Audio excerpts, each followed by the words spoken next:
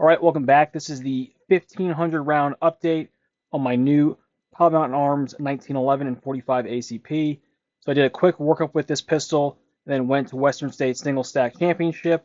The gun was great, had some issues with ammo, which we'll talk about here in a little bit. But first things first, nuance with the gun. I did not like the way the red fiber optic looked from the factory. So it's a 10A performance front sight. So between day one and day two, I cut that fiber out and put the green fiber that came in the package, the extra fiber for the front sight. It was a little bit brighter, but by the time I got back, I had a new fiber optic rod from Brownells that I had received in the mail. I cut out the green one and put this front sight fiber optic in from Brownells, and that red fiber is significantly brighter than the factory one from 10A Performance. So I don't know what 10A is using for their fibers, but the Brownells ones, to my eye, they are brighter and they're just a little bit better. Part of the reason that they're using a 10A Performance front sight is that they can pin the sight from the bottom. So that's great. I don't have any other issues with the sight. I just think that the fiber optic that it came with, to my eye, was not bright enough, and the Brownells one, the replacement one, is better. So on day one, I had a few failures to feed. So with a 8+1 magazine, I fire that first round, and then that second round would, not feed, get nose down, jam up the gun. So we'll cut to those real quick so you guys can see that.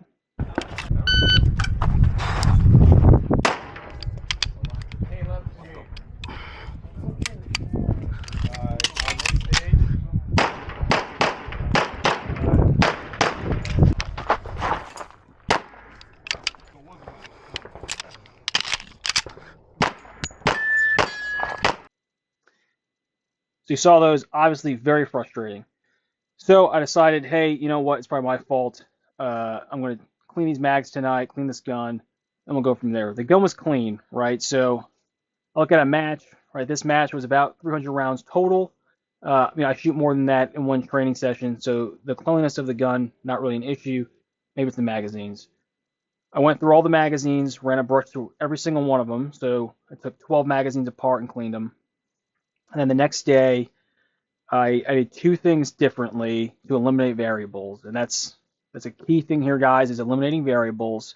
So the first thing I did was I never reused a magazine that I let hit the deck. So every mag that went in that gun was pristine.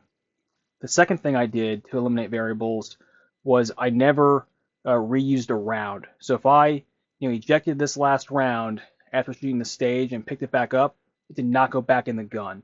So that eliminates the issue of maybe the round being compressed a little bit and that causing the issue. So a once ejected round, that variable, gone. Dirty magazine, that variable, gone. Dirty gun, that variable, gone. And we'll see what happened day two.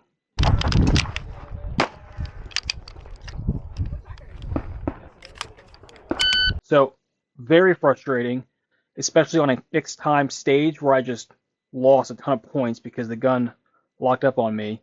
What I realized later on is that I had never trained consistently with this Wilson Combat ammo, which is something that is very out of character for me.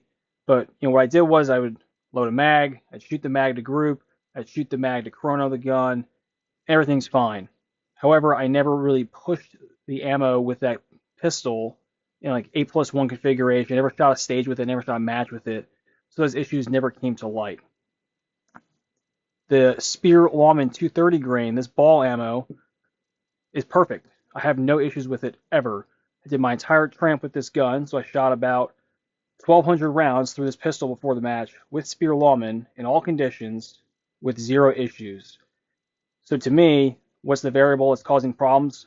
The ammo. So now that I hold these rounds together, and you have to forgive me, I'm missing my calipers. I can see, at least from my perspective, I'll cut a picture maybe for you guys, that this ammo is a little bit longer, and in the profile obviously is better. So a short, flat-nosed round is by no means ideal for anything, and it's definitely not ideal for this pistol. So to me, I take all the blame right to Wilson Combat Ammo.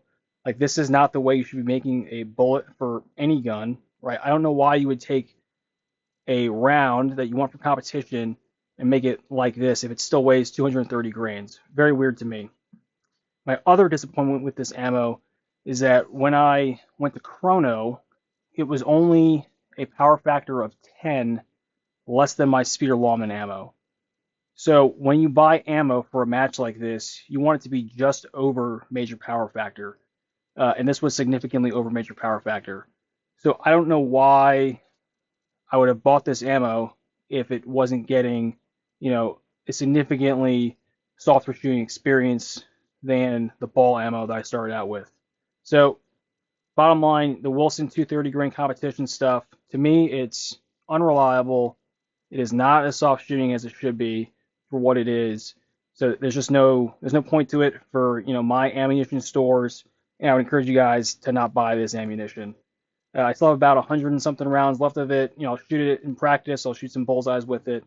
But I'm going to stick with Spear Lawman 230 grain ball, and that's going to be it for me for 45 ACP. Other than that, this pistol's running great. I'm very happy with it. Very happy with the accuracy. I love all the features on this gun. It is spec'd the way that I like this gun to be. And again, I'm happy with the pistol, and I just want to kind of camp out on that thing. Once again, guys, the issues are ammunition related. It is not a magazine issue. It is not a pistol issue. It is a ammunition issue that is a variable. It's easy to eliminate. It's easy to diagnose. And now you guys can go forward and not make the same mistake that I made and trust ammunition because if it costs more, it should be better. If it costed more, it wasn't better. To wrap up, guys, over 1,500 rounds through this pistol in short order, a lot of high volume training, a very long, intense match. I'm super happy with it. And to me, I got 3 of these guns. They're all a little bit different, but they're all awesome. So I'd encourage you guys, if you're looking for a 1911 in this kind of price range with these kind of features, to me, this is like the place to go. Any questions? Please let me know. Thanks, guys.